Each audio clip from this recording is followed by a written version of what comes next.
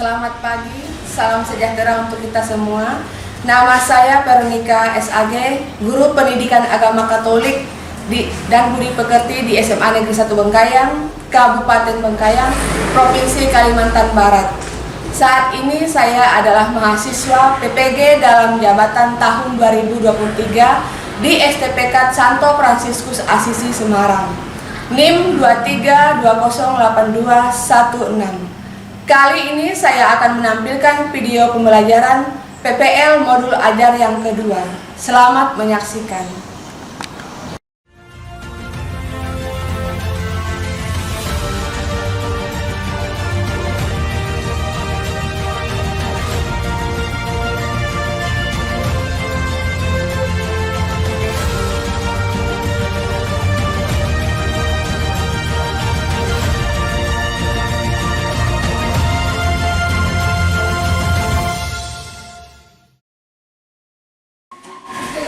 Beri salam.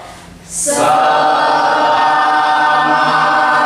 pagi, Bu.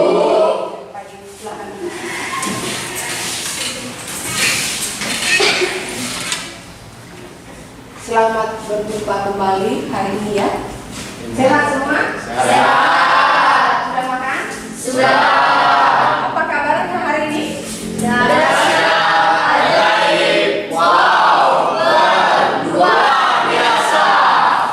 Kita bisa berjumpa lagi di hari ini. Kita mau membahas materi tentang bersikap kritis terhadap media massa. Bersikap kritis dan bertanggung jawab terhadap media massa. Itu yang akan kita bahas pada pelajaran hari ini. Sebelum kita mulai pelajaran hari ini, terlebih dahulu kita mau awali dengan berdoa. Silakan satu orang pimpin doa.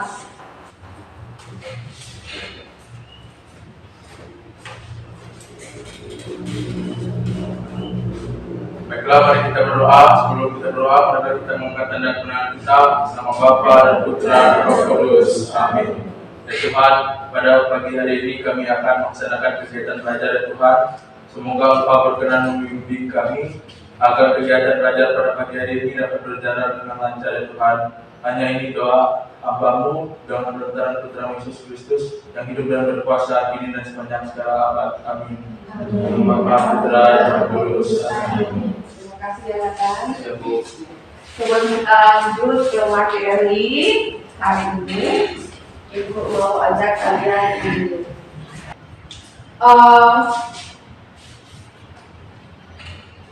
Ikuti apa yang saya lakukan. Jangan ikuti apa yang saya katakan. Ikuti apa yang saya lakukan. Jangan ikuti apa yang saya lakukan. Nah, siap. Konsentrasi. Pegang hidung.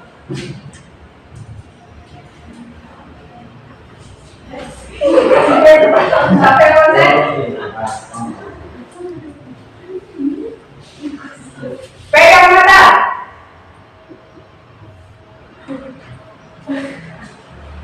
Pegang tangan.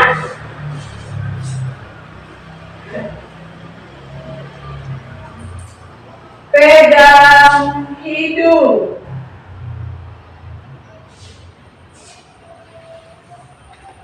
Tutup mata. Sudah konsentrasi? Kita masuk ke dalam materi yang kita pelajari hari ini. Bersikap kritis dan bertanggung jawab terhadap media massa.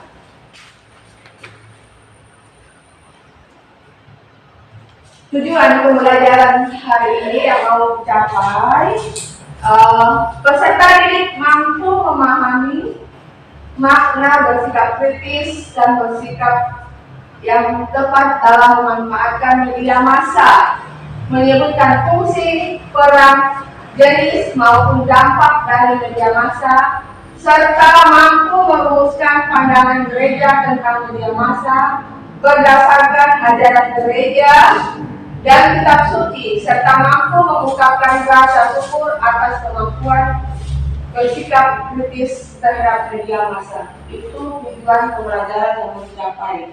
Terus, kriteria tercapaian tujuan pembelajaran. Yang pertama, peserta didik mampu memahami makna bersikap kritis dan bersikap yang tepat dalam menerapkan media massa. Peserta didik mampu menyebutkan fungsi, peran, jenis maupun dampak dari media massa. Terus yang ketiga, peserta didik mampu merumuskan pandangan gereja tentang media massa berdasarkan ajaran gereja dan kitab suci. Yang keempat, peserta didik mampu mengungkapkan rasa syukur atas kemampuan bersikap kritis terhadap media massa. Ini yang akan dicapai oleh peserta didik setelah mempelajari materi apa tadi? Bersikap kritis terhadap media massa.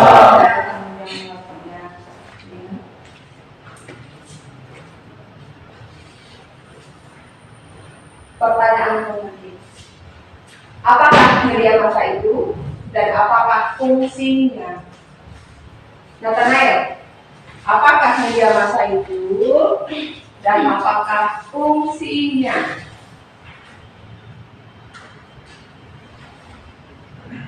Menurut Nathanael apa?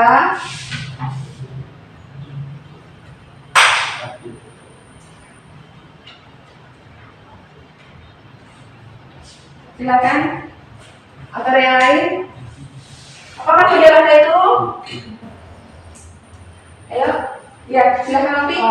Media massa adalah proses penyampaian pesan menggunakan media halayak luas dan memanfaatkan itu penyebaran informasi. Contohnya itu ada media online dan media cetak. Contohnya media cetak itu seperti koran. Sedangkan media online itu bisa lihat dari di internet seperti di Google dan Kompas TV. Jalan benar. Ada lagi? Pas? Pas.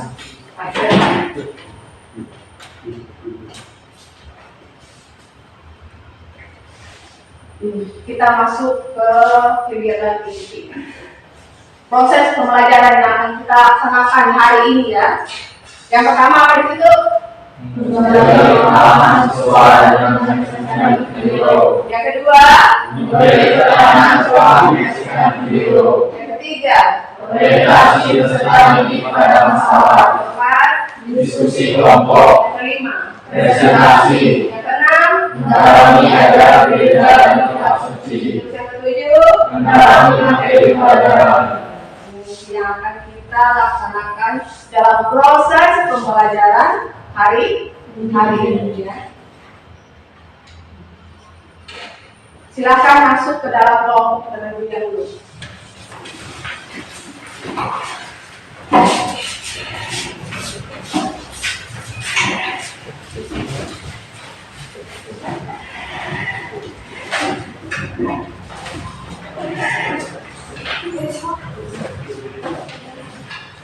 Kita mau menyaksikan video mengenai tentang media massa.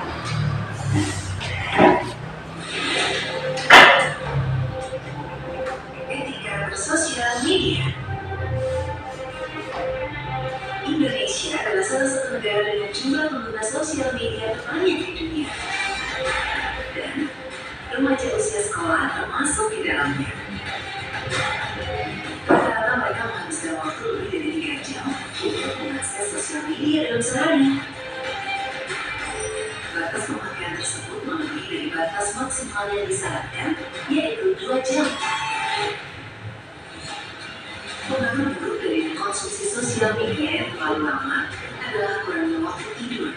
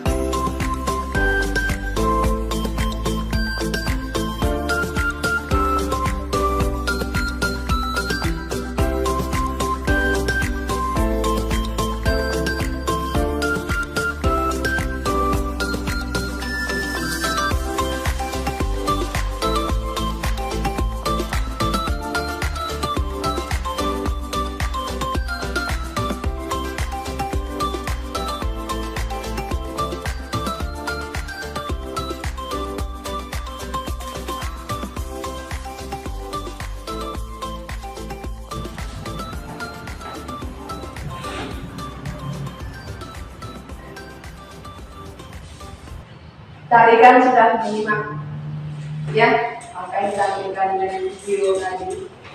Di sini kita mau mendalami apa yang sudah kita saksikan tadi, pertanyaan setelah kita menyaksikan video.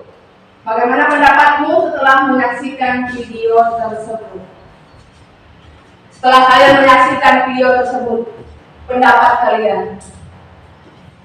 Menurut kalian setelah kalian menyaksikan, apa yang kalian dapatkan?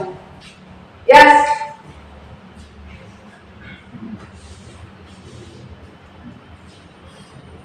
Apa pendapat?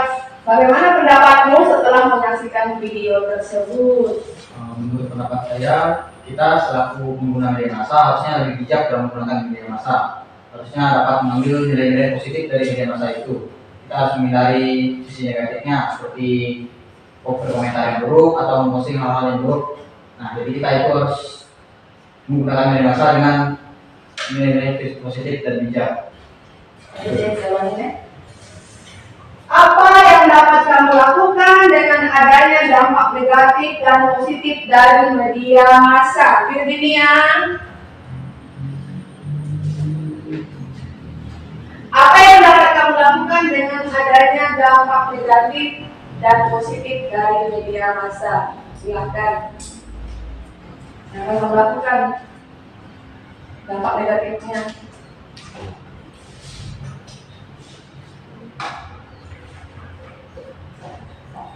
Dengan adanya dampak negatif dari media massa, maka saya akan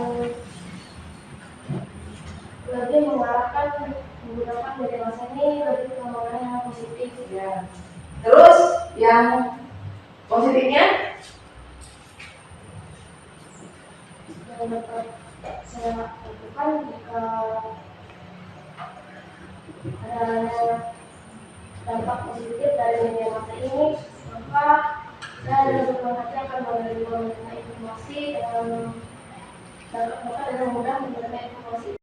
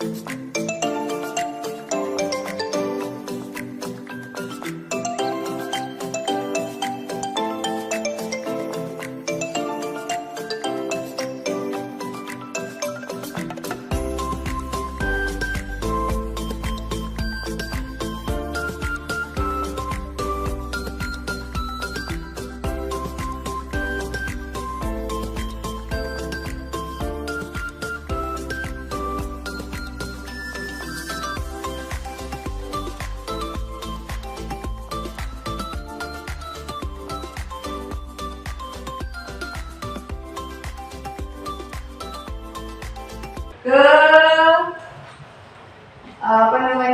ajaran gereja. Kita masuk ke dalam ajaran gereja. Ajaran gereja dokumen Konsili Vatikan kedua, Decret Inter Militica, artikel 10. Nathanael, coba membaca Nathanael. Kelihatan kan?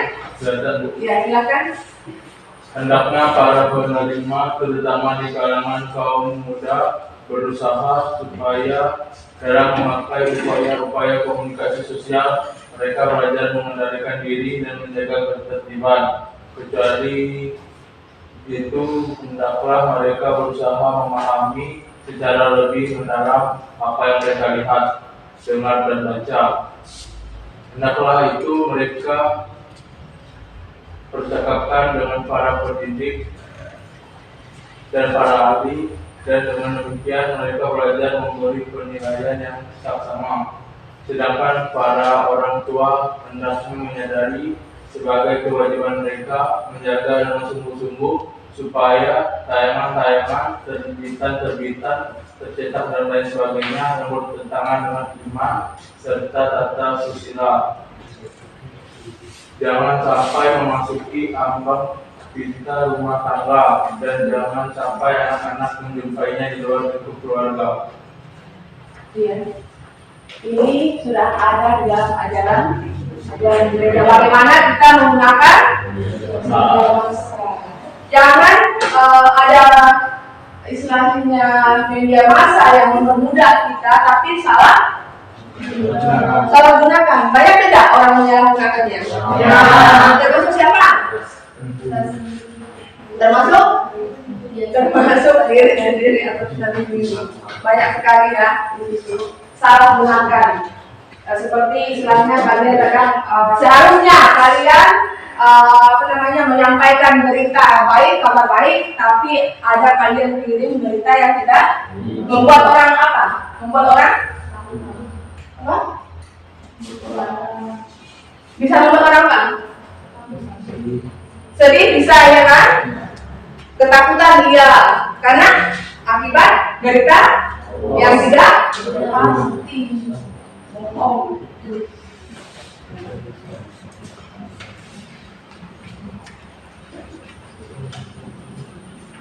Ibu lakukan dulu ini ya. Tugas kelompok.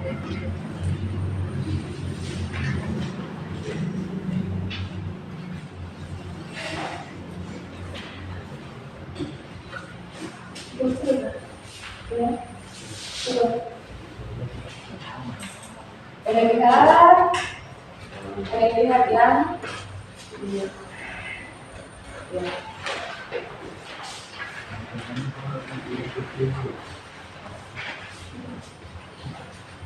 silakan kalian diskusikan dulu sama temanmu. Nanti setelah kalian diskusi, baru kelompok maju ke depan mempertanggungjawabkan hasil diskusinya. Presentasi depannya 5 menit cukup? Cukup 5 menit? Ya.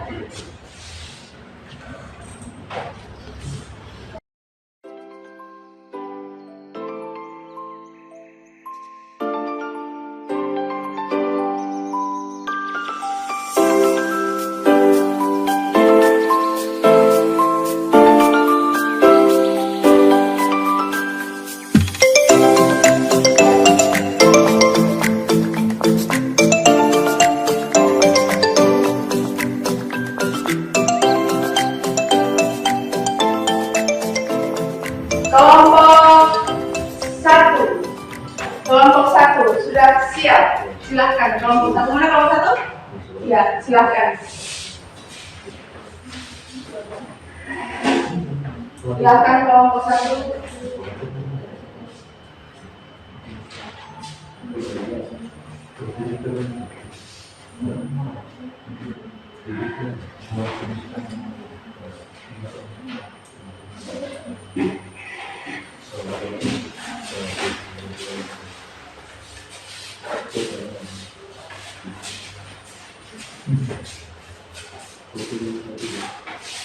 Kelompok 2 dan 3 silahkan menanggapi atau ada pertanyaan di kelompok 1.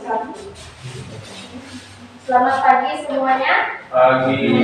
Baiklah, kami dari kelompok 1 akan mempresentasikan hasil diskusi kami.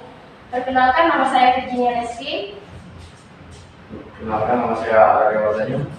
Nama saya Mas Nathaniel. Baiklah, nomor 1, apa itu media massa dan apa manfaatnya bagi kehidupan manusia saat ini? Media massa adalah alat komunikasi yang dipakai untuk mengirimkan dan menyampaikan pesan kepada khalayak. Media massa berfungsi sebagai penyebaran informasi kepada masyarakat. Nomor 2, ada berapa jenis media massa? Coba jelaskan dengan rinci, dengan kelebihan dan kekurangannya masing-masing. Ada 3 jenis media massa, yaitu yang pertama media massa cetak. Media massa cetak adalah media massa yang dicetak dalam lembaran kertas, contohnya seperti koran, majalah, dan lain-lain. Yang kedua, media massa elektronik. Media massa elektronik adalah media massa yang isinya disebarluaskan melalui suara atau video dengan menggunakan teknologi elektronik, yakni radio, televisi, dan film. Yang ketiga ada media online. Media online disebut juga daring, yaitu media massa yang dapat ditemukan atau sajikan di internet atau situs web. Kelebihan dan kekurangannya dari media cetak yaitu dalam sekali penerbitan bisa membahas berbagai topik, misalnya topik olahraga, politik, hiburan, dan lain-lain, sehingga semua kalangan bisa mendapatkan topik yang diminati. Kekurangannya tidak mampu menjangkau global, penyebaran berita lambat, biaya produksi dan distribusi yang mahal, info atau berita hanya berupa tulisan dan gambar. Kelebihan dan kekurangan dari media massa elektronik yaitu kelebihannya jangkauan luas karena seluruh masyarakat sudah menggunakan media elektronik. Daya tarik maksimal karena adanya tampilan video yang menarik dan suara yang mampu menghidupkan suasana. Kekurangannya yaitu biaya mahal. Pemilik perusahaan pasti akan mengeluarkan biaya yang besar untuk memasang tayangan yang menarik. Waktu yang lama, semakin banyak informasi yang ingin disampaikan, maka akan semakin lama atau panjang waktu yang dibutuhkan karena melalui banyaknya tahap. Informasi sekilas, tidak adanya pengulangan dalam tayangan informasi. Dampak kelebihan dan kekurangan dari media online. Kelebihannya, cara kerja sangat cepat dan informasi bisa dibuka berulang-ulang dengan mudah. Kekurangannya, informasi yang dimuat kadang-kadang tidak akurat karena lebih mengutamakan aktualisasi. Untuk nomor 3, bagaimana pendapatmu mengenai berita bohong? Jelaskan. Menurut kami, berita bohong atau hoax adalah informasi yang sengaja disebarkan dengan maksud menyesatkan dan tidak berdasar pada fakta yang sebenarnya. Pendapat kami mengenai berita bohong adalah bahwa hal ini sangat merugikan karena dapat mengaruhi opini publik, menciptakan kebingungan, dan menunjukkan kepercayaan. Nomor 4, bagaimana sikap kita terhadap media massa dan bagaimana kita mengkritisi media yang tidak benar. Sikap kita terhadap media massa seharusnya kritis dan bijaksana. Kita perlu mengkonsumsi informasi dari berbagai sumber yang terpercaya, mengembangkan literasi media untuk mengidentifikasi berita bohong dan memahami konteks dari informasi yang disajikan. Jika menemui media yang tidak benar, penting untuk menyaring informasi tersebut, memeriksa keabsahan sumbernya, dan berbagi informasi yang benar dengan orang lain. Dan yang nomor 5, apa tugas dan tanggung jawab sebagai pelajar dengan adanya media sosial yang sangat berkembang di masa ini? Jawabannya, mengembangkan literasi digital, penggunaan sistem media sosial untuk komunikasi, pembelajaran, dan pembuatan konten mendorong perkembangan literasi digital. Baik, sekian hasil dari presentasi dari kami. Kami membuka sesi tanya jawab. Apakah ada yang ingin bertanya untuk kelompok kami? Silakan. Kelompok 2 dan 3 ada tidak? Ya, kelompok 1 dan 2. Terus kelompok 2 dan 3. Ada silakan. Satu pertanyaan ya untuk kelompok. Silakan kelompok. Perkenalkan, nama saya Tiara Tundina, saya dari kelompok 3. Pertanyaan saya, dampak negatif dari media massa bagi pelajar itu apa? Dampak negatifnya. Jadi dampak negatif dari media massa bagi pelajar adalah yang pertama, tidak bisa mengatur waktu. Yang kedua, menjadi malas belajar. Yang ketiga, terlibat cyberbullying. Yang keempat, menjadi jarang bersosialisasi. Kalau bisa diterima? Baik. Bisa, ya. Untuk Baiklah, terima kasih telah bertanya. Sekian dari hasil presentasi kami, kurang lebihnya kami mohon maaf. Terima kasih. sampai ketemu.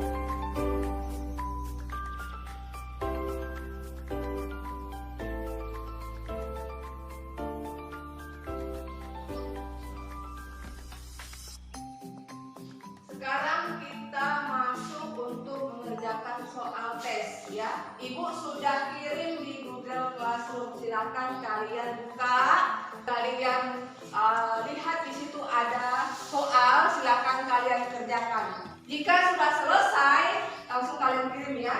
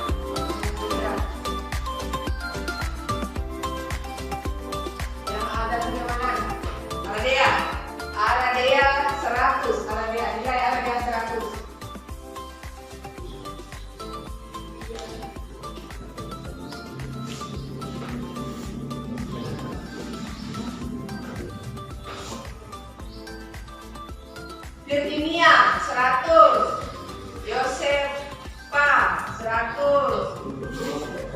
Ayo yang lain. Ayo. Kerja sendiri ya.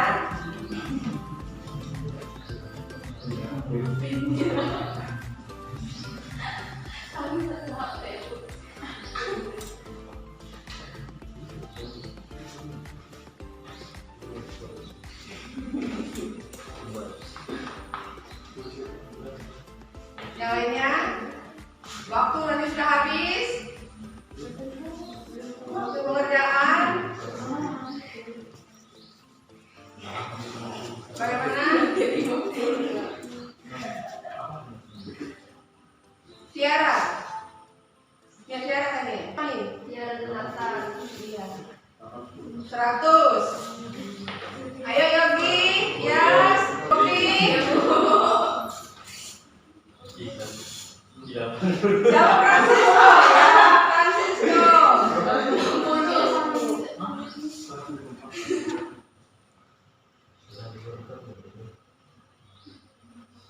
Ayo yang belum.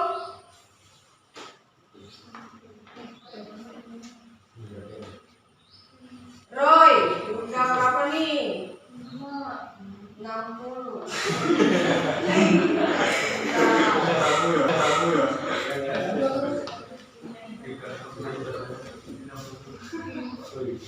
Ayo yang belum.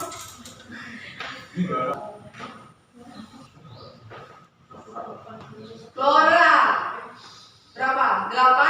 80.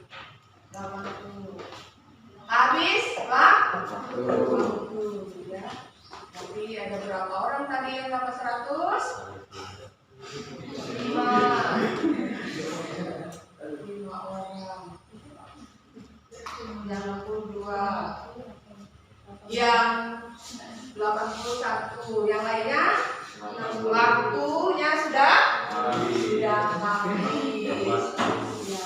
Berarti ada beberapa orang yang sudah mengetahui apa yang sudah kita sampaikan pada saat hari ini. Menunjukkan ada yang sudah paham atau yang belum. Ya. Pertemuan hari ini sudah selesai. Kegiatan pembelajaran hari ini sudah selesai ya.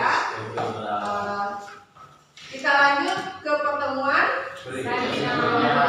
minggu depan. Semoga apa yang hari ini, materi yang disampaikan hari ini bisa bermanfaat bagi semua. Apa yang harus kalian lakukan supaya media massa yang kalian gunakan saat ini bisa berguna bagi kalian? Kalian harus bisa membedakan mana yang harus bersikap.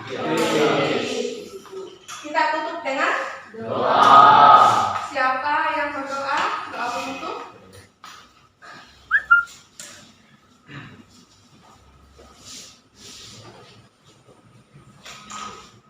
Teman-teman, sebelum mengakhiri pelajaran, mari kita berdoa. Mari kita angkat dan mengenal kita Yesus Kristus. Bersama Bapa dan Putra dan Roh Kudus. Amin. Ya Tuhan, terima kasih atas pengetahuan yang baik dari pagi hingga kegiatan ini selesai. Terima kasih ya Tuhan. Hari ini kami mendapat materi yang sangat luar biasa. Semoga yang